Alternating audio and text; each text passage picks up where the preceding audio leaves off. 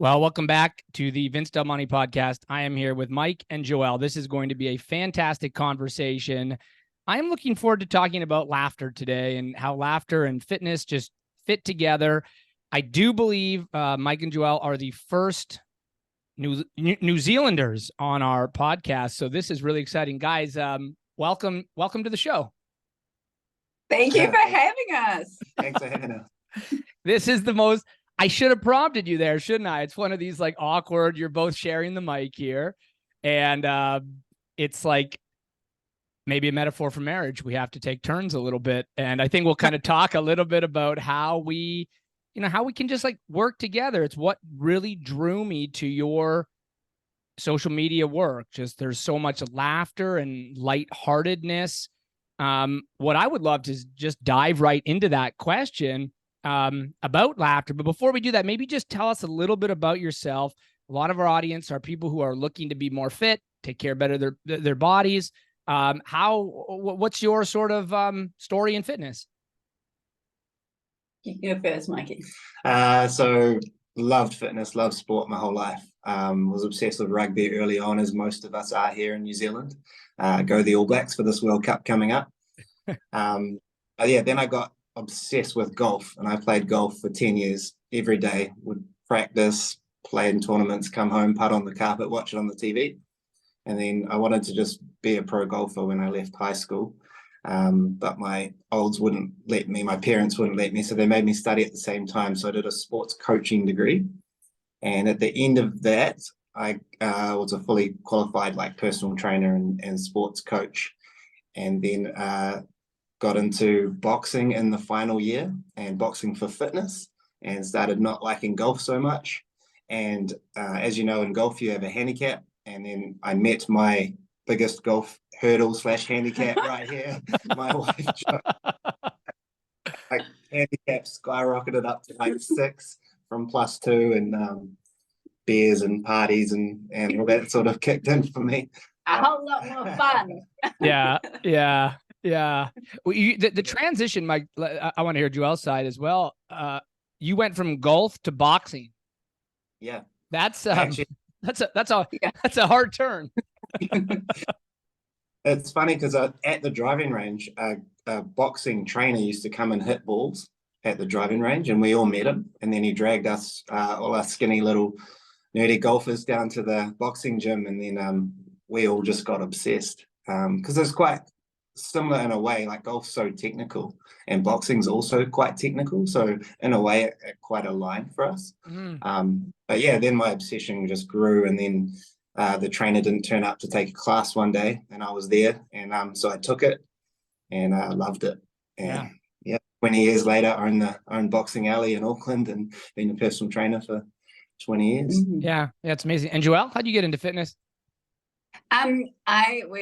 I also had a similar upbringing to Mike in that my parents were both really active. I was super sporty at school with netball, touch rugby, team sports, really.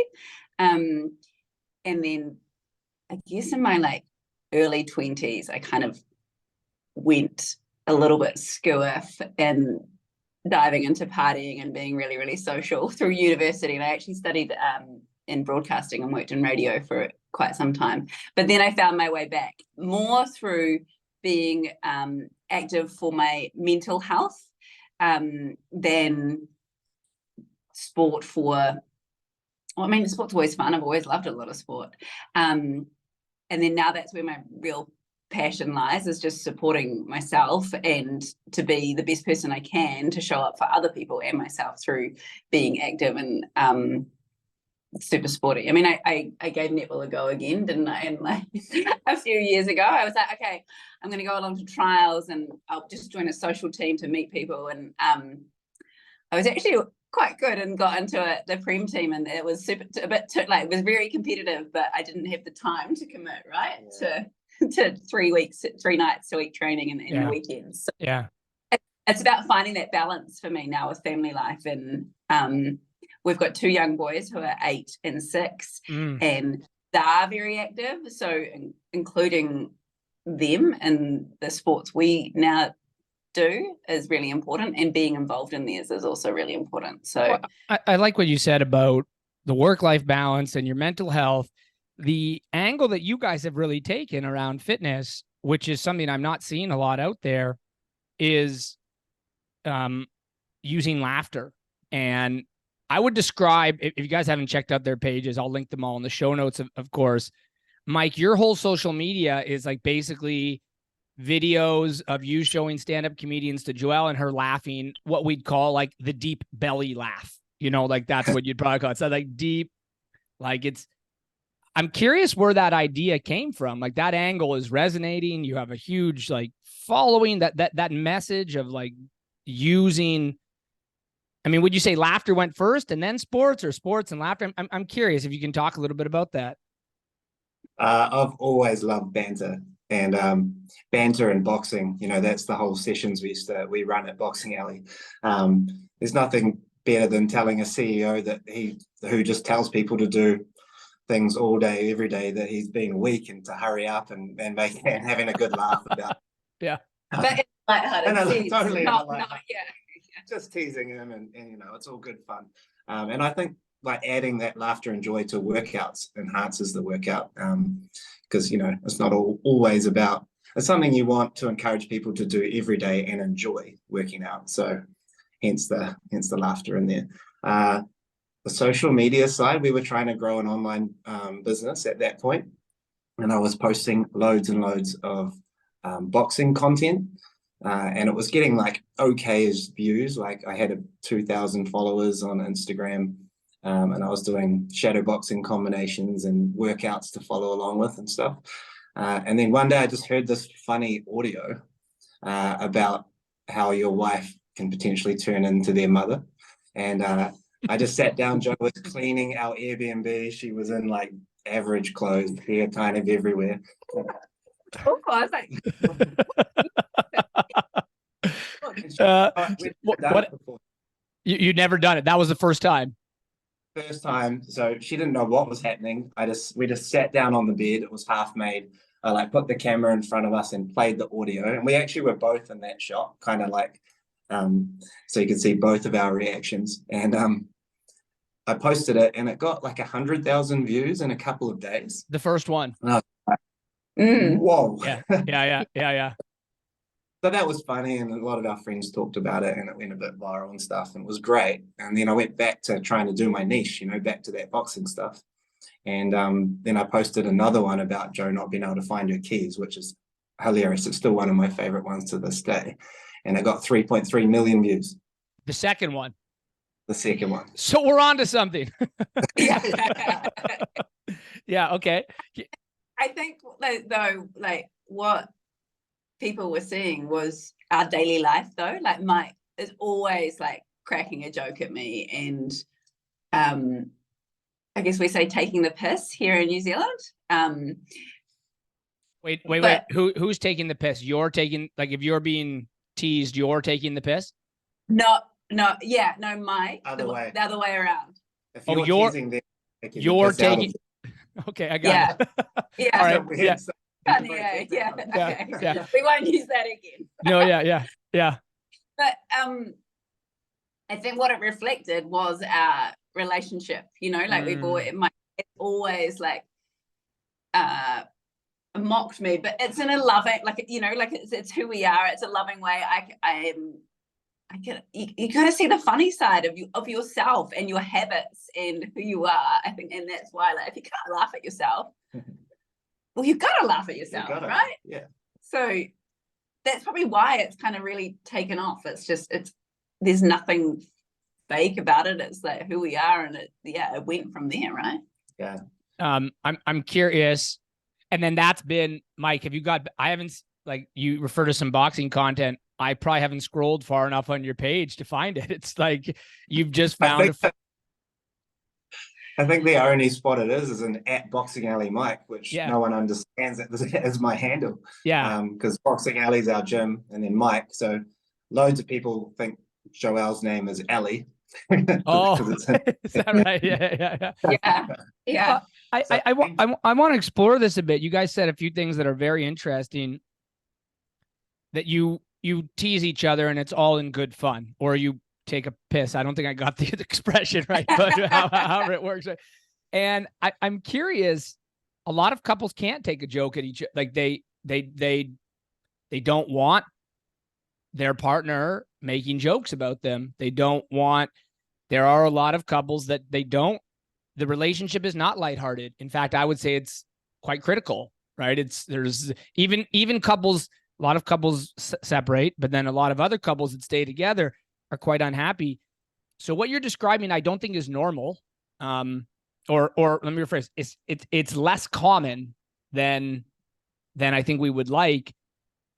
Is there something that, like, has that always been the case for you guys? Do you work at it? Like, how has that come to be? Maybe Joelle, I'll ask you first. Has that come to be in your relationship, like this lightheartedness?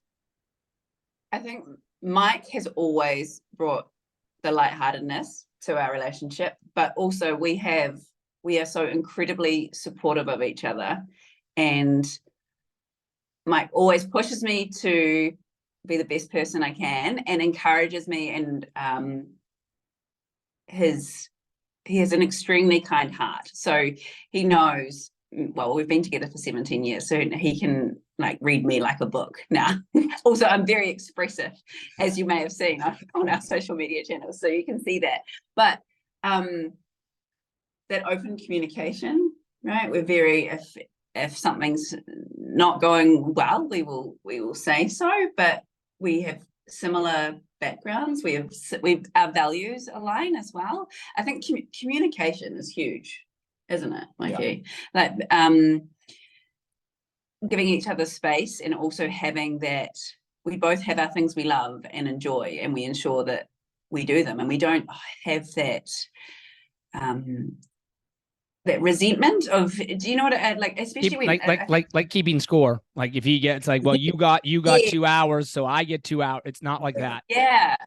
I mean, and we'll joke, we do joke about that. Like, I mean, recently I went to see some friends in the South Island, and just as a mum, when you're going away and you're leaving your kids, I was like, oh, I feel a bit guilty, which I shouldn't. Like, it was 6 nights, wasn't it? That's the longest I've been away from my boys.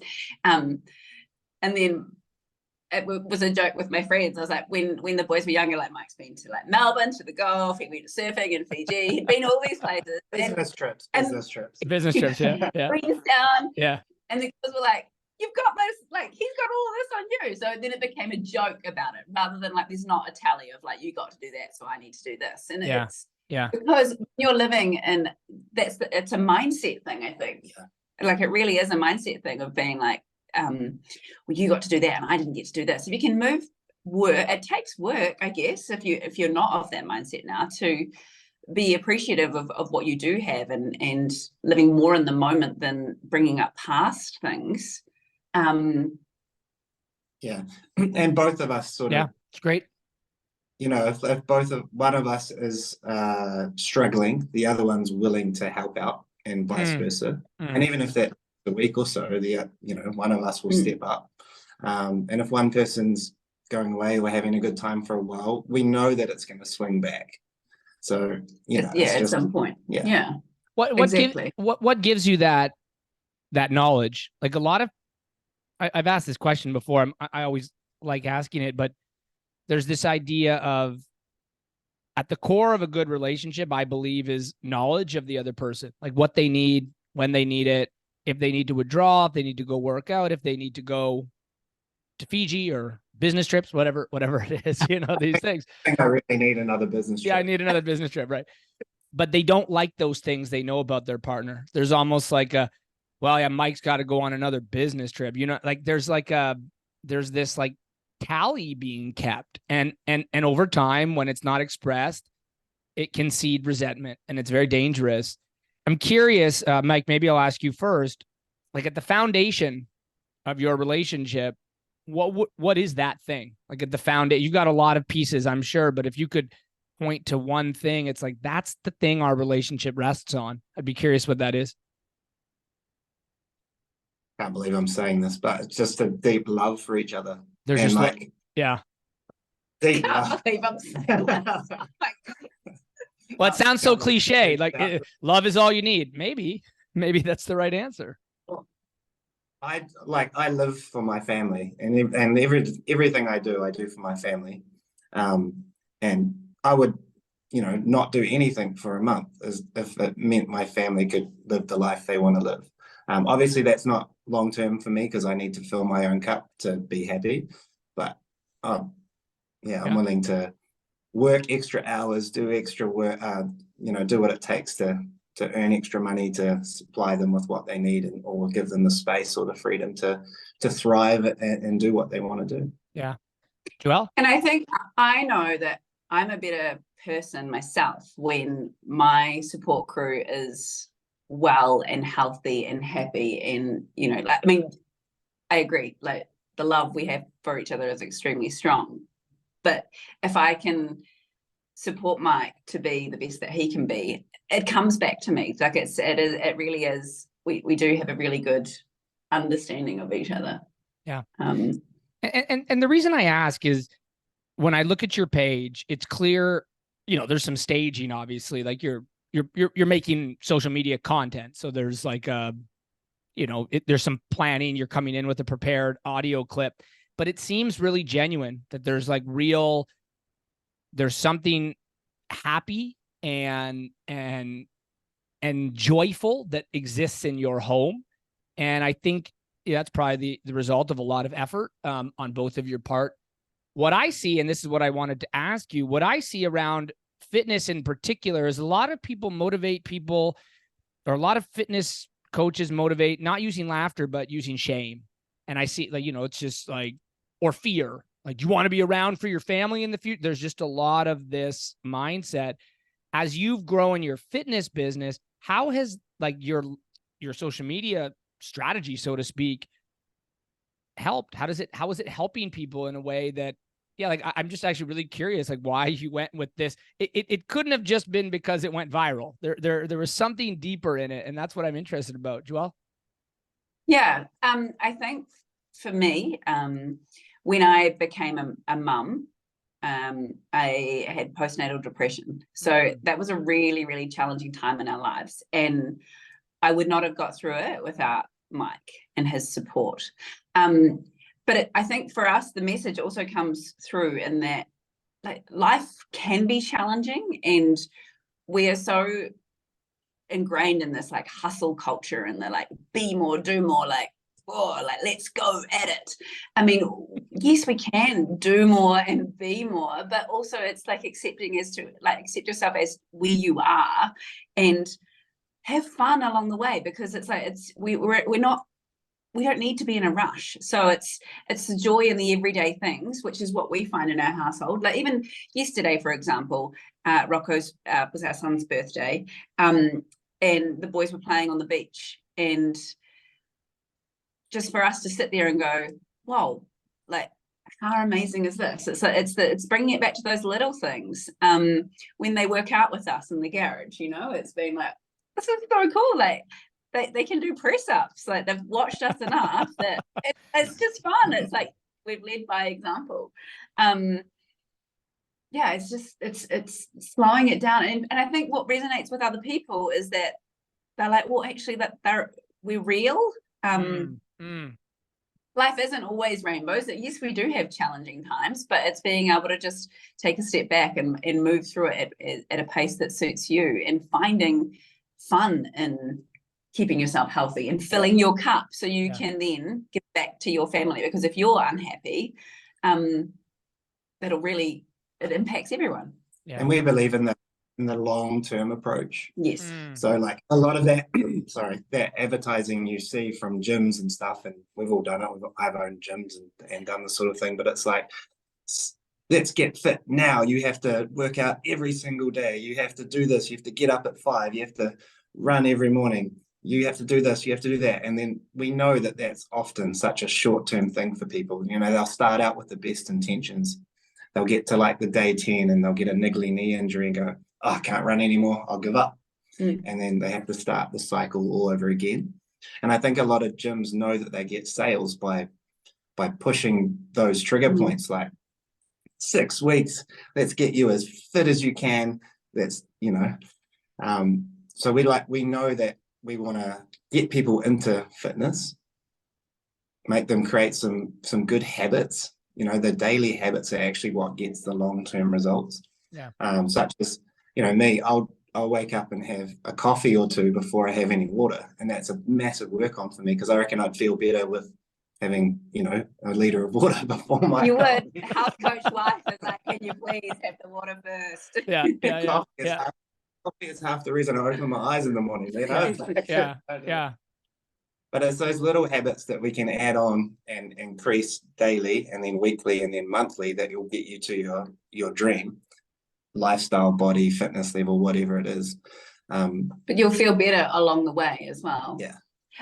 Sorry to interrupt, but also I think we are truly passionate about helping others to feel good, now and enjoying that journey. And it is like we've dipped out of the I guess like selling, you know, we know what sells as far as those quick fixes. They sell really well, and you can make great money, and they work in the short term, but we fully believe in making changes for the long term, and really are passionate about how we're people, right? We love helping people and making others feel good. So that's a big part of our social media too, I think. What's your describe your people, like the people, your tribe, the people who follow you? What are they like?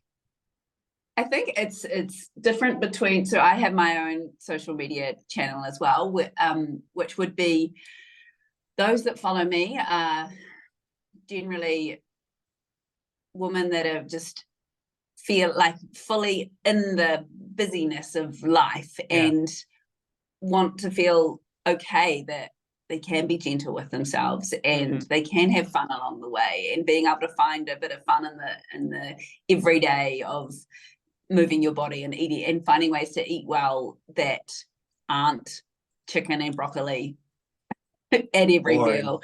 Or they're cooking for a household. They don't want to make 4 meals for everybody, because I mean, that's not fun, and no one has time for that. Well, can I, Joelle, can I ask you? You make, and again, what we know about you is what we see on social media.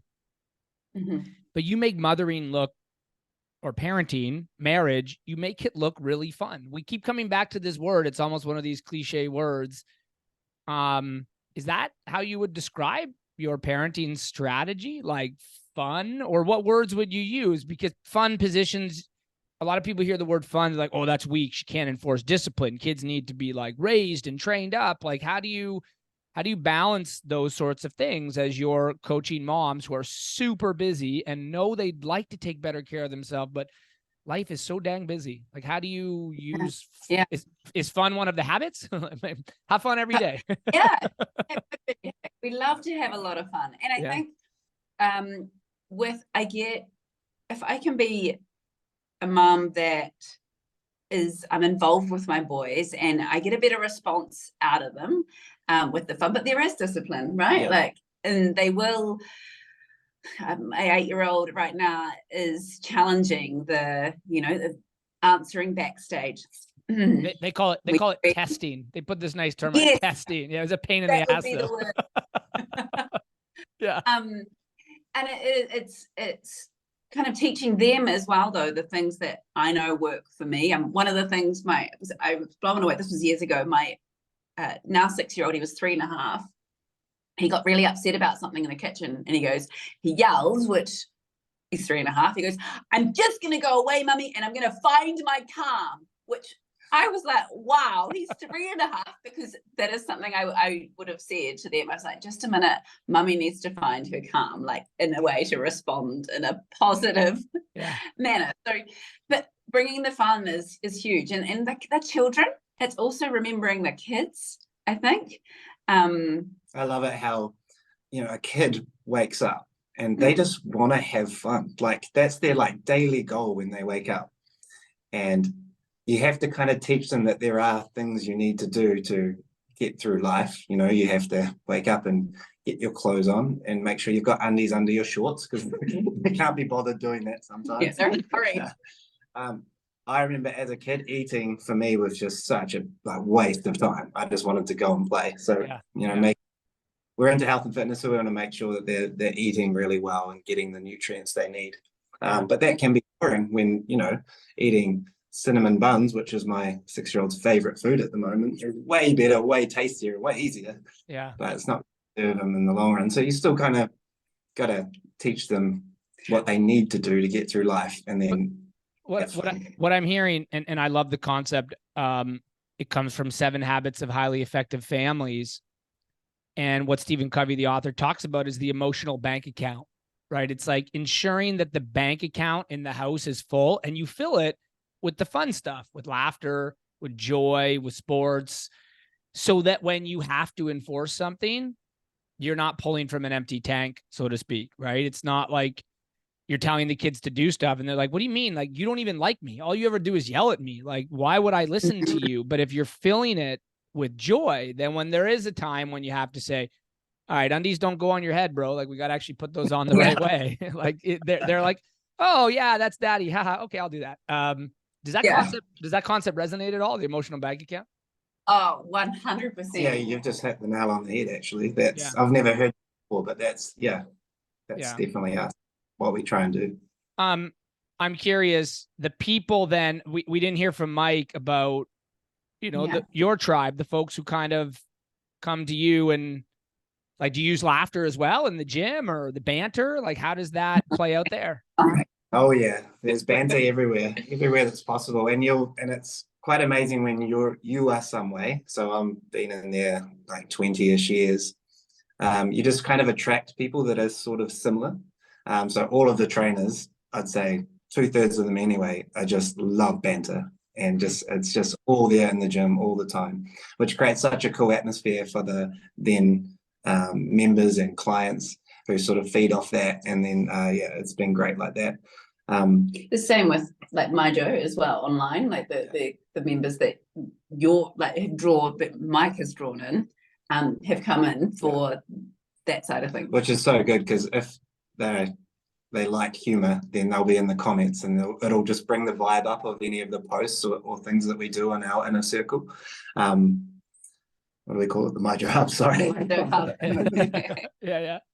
Well, I mean, I look at your stuff, and I sorry to interrupt. You have like many fitness coaches can't like buy a comment. Like, the engagement on your stuff is just crazy, and I'm like, what are they doing right? And it just seems like you've found a way to talk to people in a way that's resonating. And I'm just curious if you have any more thoughts about that. Are people tired of being shamed? Maybe Mike, take this one first. Well, I think like my little special niche I try and hit, or niche, I think you guys say it over that way. Niche, yeah. If you can find something that couples do every day but don't realize that they do, and when it gets pointed out as funny, then that's what really resonates, and that's what makes people relate to us and then want to jump into the comments.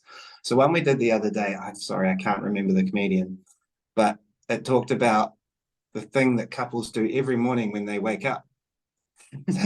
Oh no.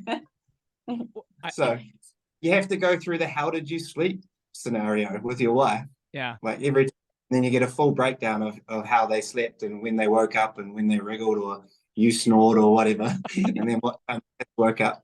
Like, it's something that happens every day. And it's from a genuine place of love. I really want to know if he's had a really good sleep. That's why I asked the question.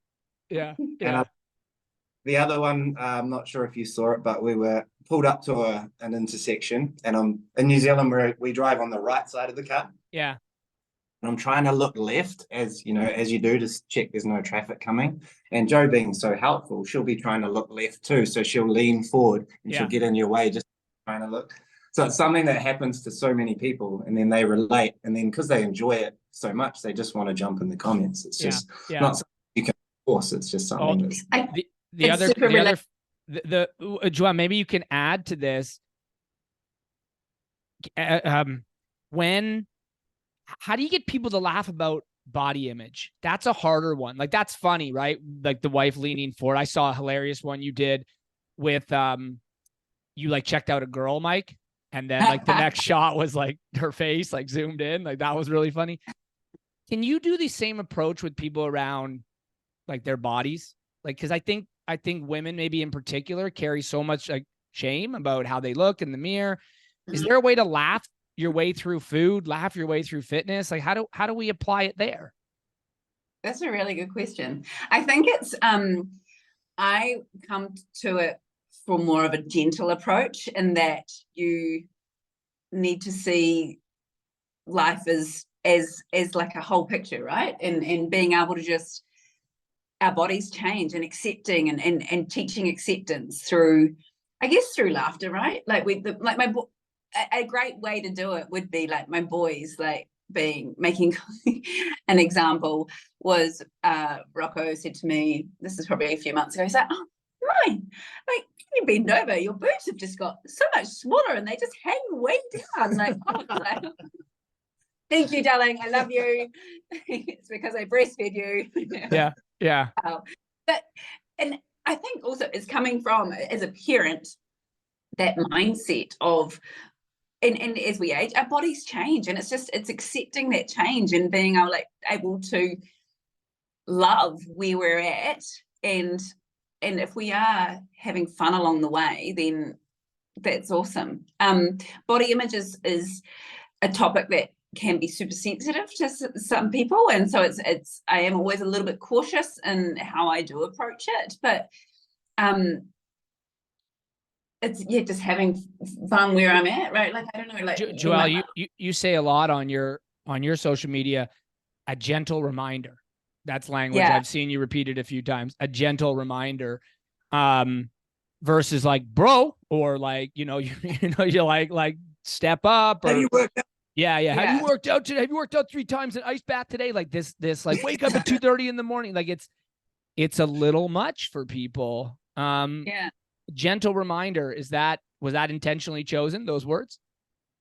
Yes, because one, I know I need it personally myself sometimes, and it's feeling like I said before, there's already like a to-do list that is never going to be finished, like there's always going to be something added. So it's gently reminding people that you deserve to be cared for too. Like, you deserve to find something that works for you in your day, and making it work. I mean, yes, there is like we talk about having fun and laughter and fitting that in your day and just with everyday life, but also, yes, we do, like, realistically, you do have to prioritize exercise if you want to fit it into your day, but you can still be gentle about it. You don't need to be like, if you missed a workout, you don't need to beat yourself up about it. You go, just move on to the next day and go, right, okay, this is when I'm going to do it at 6 a.m. and you will get it done. It's just talking to yourself with kind words, because I think so often we hear these messages and then we use those messages to then beat ourselves up as we're going through our daily lives. So gentle reminder is a very intentional phrase. Well, it's interesting. I don't think the shame works, because that's why people start and stop so much, right? They're on it for a week or 2 weeks, and then when they fail or fall off the wagon, that's our expression, we fall off the wagon, they have a hard time getting back on, right? Because they've been so ungentle with themselves, and so it feels like they catastrophize. I never do anything right. Oh my God. They're stuck in this like loop. Mike, could I ask you a question? Does the gentle reminder approach, I'm being a bit stereotypical, but do you think it works with men as well?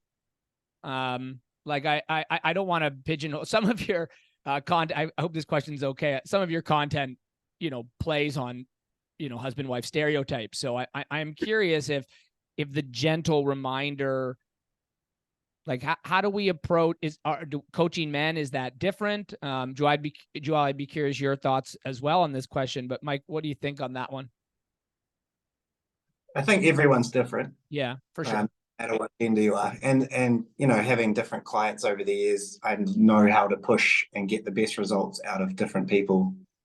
And it's not even just that person all the time. It could be that person that day or that hour and how they're feeling.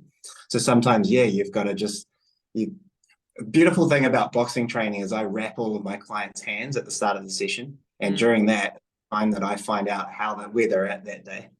And then I'm sort of planning my session with them in my head as we go. And some days the first 20 minutes needs to be just them talking. Yeah. They might have had a rough day. They might be feeling down. They might just need to get something off their chest to a personal trainer / counselor that we us personal trainers tend to be sometimes. Yeah, we sure. And Yeah. and then other days they come in bouncy as, maybe a little cocky, and you think, I'm going to get you today. Yeah. I love that question. Like, I always try and slip in, oh, were you sore after that last session? And they're like, oh, no, I wasn't sore at all. And then in my head, I'm like, right, I'm going to get you. Yeah. But it's day to day, person to person, everyone's different. Yeah. I like the push go, like Joe always asks on her social media, will often ask, have they had water today? Have you had your water today? And she'll be filling up a drink bottle. And you could say, try your best to drink some water today. Or you could say, go get a glass of water right now. Yeah. And it just, that Joe's approach is the more gentle approach. The other approach might work for some people. But the way that social media accounts and people in general would create audiences of the people that resonate with that person and what need to hear what that person is saying. So I definitely, and sorry to interrupt, but I think the gentle reminder for me and my audience and my community, I like to call following, it definitely does resonate, because I do have a lot that follow me, and I think the masculine approach has been ingrained in them so much that they actually need the gentle as well. Like, actually, like, have you moved, like a gentle reminder, have you moved your body today? Oh, no, I haven't, but like, now I will, like, that I can do it in a way that doesn't have to be raw about it, but it does resonate, I think. And like Mike said, like a different approach for different people sometimes. Well, I that even the way you asked the question about have you moved your body or have you filled your water bottle, it's implying a gentle reminder to drink water today is like a curious approach. It's like, have you? Like, and then the person is like, there's nothing wrong with what I've done, but I had a busy day, I forgot. But the like, you need to drink water today implies that you're an idiot, that you always forget, that you're less than. And so the whole, even though it's the same words with the same question, it's a totally different message. Totally comes across differently. As you're teaching things to your sons, I'd be curious, you have a 6-year-old and an 8-year-old. What are you trying to teach them through your actions? Maybe Joelle, you can take this one first. Like I'm sure there's lessons you teach, but I think the most important things are caught, not taught. So I'd be curious to things that, that you're trying to pass on to your boys. I think we've discussed this a lot, but like 2 of the biggest things that we have wanted our boys to learn and to instill in their lives is the values of being a kind person, and also having a go at life. So I think the way we are and we approach like business, life, friends, and family, we are very kind people, and we do have a crack at things. So by, for example, last year I did a boxing fight, which was so out of my comfort zone. I am actually a very gentle person. Yeah. And I did it, and I went through this 8-week training camp. The boys didn't watch it. We're not, we don't let them watch fights, but they were so proud of me for doing, like, they saw the emotion and the nervousness and also the hard work and the discipline it took. Same recently, I ran a 10K run in Taupo, and the boys joined in and did a 2-kilometer kids dash. Oh, awesome. We all got medals, and just to be involved and have a go and feel the fear and do it anyway. Our 8-year-old, when he was younger, was quite sensitive and quite frightened to give things a go, but by not pushing him, but it's a lot of encouragement. And sometimes, like, example, even yesterday, a 6-year-old was really nervous to jump off the wharf, like I assume that's what you would call it, and on your side, into the ocean. And Rocco did it, the eldest did it fine, but Mike did it with him, and that reassurance to just have a go. We're very, the kindness thing and the way we speak to each other in front of them, the way we speak to them really does lead to a good example for them, I Yeah, think. yeah. I even like the expression you've used of have a go. It's it's less, it's just a more gentle reminder than like, get out there, son. Like it's have a go. I don't know why the language resonates with me. Hey, have a go with this. And I think I love about it, it's not like weak, like everyone gets a trophy type thing. You still have to do it. You're still jumping off the cliff. You're still getting out on the rugby pitch, but the approach, the message is a little more palatable, especially for people who maybe are nervous a little bit. So I really like have a go. That's, I'm going to use that with my kids. Mike, yeah. What about you, Mike? Yeah. All that's exactly. She said it. She said Yeah, it. she said But it. She said it. one of the life changes, like we were quite happy really living in Auckland. Like life was cruising. We had the gym, we had our own house. The boys were in school and kindergarten, and we'd always had this dream, like every year we do goals, and the main goal was move to the beach. And for the last 17 years. Yeah, it has been. Yeah. And it was scary, and it could have gone badly, and it was hard, and all of that stuff. There have been very tough moments. But the boys saw us came into the decisions. We actually asked them about it. Do you want to go? Do you want to move there? Do you want to change schools? You know, this is big family stuff. So, and we did say to them, we're going to try it, didn't we? Yeah. And we packed up and moved to the beach, 2.5 hours away. And they had to get into a new school, meet new friends. And so did we. Yeah. And we were all nervous together, but we all had a crack and we all did it. And it's awesome to say now that it's paid off, and we're very happy here. It's been a year. Yeah, it's been a year today. Yeah. Well, but I love that you had to go, right? Like there was every reason in the world to not do it. Like, especially moving houses, that's a huge financial decision, right? That you're making, and you had to go. Like, what better thing could you model for your kids than when we all want our kids to step outside their comfort zone and do things that, and yet as parents, we sometimes forget.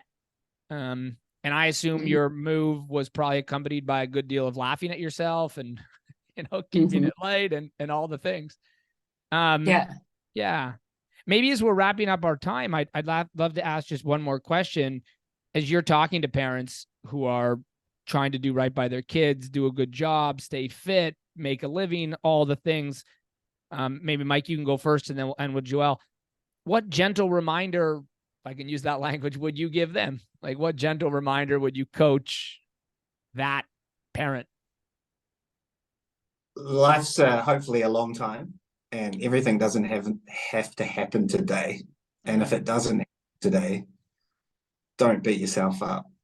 Don't go into a negative hole, negative spin, and give up or not try anymore. So like if you're wanting to work out or your kid's not learning, spelling's not going so great, it's like, don't panic. Just sit down, calm mind, and plan out how you can in the future put steps together or get them tutoring or whatever it is, but make a plan and then just try your best to stick to that plan. Same with fitness. Having a plan's great, but it's not something you have to stick to. You can just try your best to stick to it. And if you miss something, then just get back on the wagon. It's kind of that. And that purpose thing's huge for me. Like my purpose is to be as fit and as healthy for as long as I can, so I can play with my kids and wrestle them. We play this game called Surrender, and I will never surrender to my kids when we wrestle. And they know that. And my 8-year-old's getting stronger. And actually at the gym last week, I was doing a couple of reps of a renegade row, and I was like, dude, you need to do 2 or 3 more reps. It was hard to wrestle Rocco yesterday. Yeah. Dude, they're gonna be 22 and 20, and you're gonna be playing surrender with these guys. I know. I mean, goodness. They'll probably choke me out before I say surrender, to be fair. That's right. Out tough. But yeah, it's like having that purpose, and then just every time things get struggle, you can't be bothered. You do have the time, but you can't be bothered to go to the gym. It's okay. Why do I need to go to the gym? Oh, it's because I want to be as fit and as healthy for as long as I can. Yeah, I love it. Joelle? My message would be especially to parents or busy people, is that you matter too. I think we get so caught up in everything else we're doing for everybody else. Being able to move your body for 20 minutes, that's for you. Or that water that you're drinking, that one glass of water in the morning, like it might seem a bit over the top, but it's not just about sculling that water down. If you actually take the moment to be really mindful and drink it, and you feel like you're giving something to yourself, despite having all these other demanding things. That one glass of water is so simple, but you can really make it quite sacred. I know that sounds a bit weird, and I think the other thing is, like Mike did say, like life is a long time, like phases, like things happen, like you'll get through that other side. Like, yeah, it might be a yucky time right now, but that moment is going to make you stronger in the long term. And it's just about rolling with it as much as you possibly can. Yeah. Things will improve, and you can make things, you can use all these wonderful tools that we're teaching our MyJo members to use and educating them on in your life to help make that progress, and to really find the joy in everyday things. Yeah, I love that. You've referred to some of the tools that you're using with your clients. I'd love for you guys to tell our audience where people could connect with you more. Oh, awesome. So myjo.live is our website. Same with all of our social media channels. And that is where we offer personalized exercise and nutrition plans, but also I think the biggest thing in there is the private group where we all work together, and there's a lot of information and various live sessions and recordings and things that people can get to for our online stuff. Hey, but yeah, I just I love it. I'm so passionate about the community that we've grown, and really genuinely really care. So it's really fun. You've been smiling the whole time, Joelle, but your smile got even bigger when you talked about it's MyJo, MIJO. Is that correct? MIJO dot live. Mike, tell us where we can find you on Instagram and Facebook, because like people got to check out your if you just need some joy in your day, check out the stuff these guys are putting. Where's the best place to connect on social? So Mike and Joelle on YouTube and Facebook and TikTok and Instagram's at Boxing Alley Mike. If you type in Mike and Joelle, basically anywhere you'll find us. Yeah, which is crazy. Yeah, We're just a couple from Whangamata in New Zealand. Yeah, people can find anywhere in the world. Yeah, no, it's very cool. You know what's hilarious, because I didn't know you guys were from New Zealand, and I had watched your stuff a lot, because there's no like talking in your reels, right? It's just like the comedian in the background, and then you can't even hear Joelle laughing. It's just, we see you sort of laughing. It's just, and so that it's a global community is very, very cool to me. That I think we're 16 hours apart time-wise, but this has just been a great conversation. Thank you for being here. I'm so excited to share this episode, and thank you. Thank you for your joy, your laughter, and just what you're putting into the world. I do genuinely believe this is the right message. People need to hear more of it. Thank you. We so appreciate the time, and my gosh, what beautiful, kind words. Thank you. Yeah. I would have stopped there. Let me pause it here. Sorry. It's just the pause.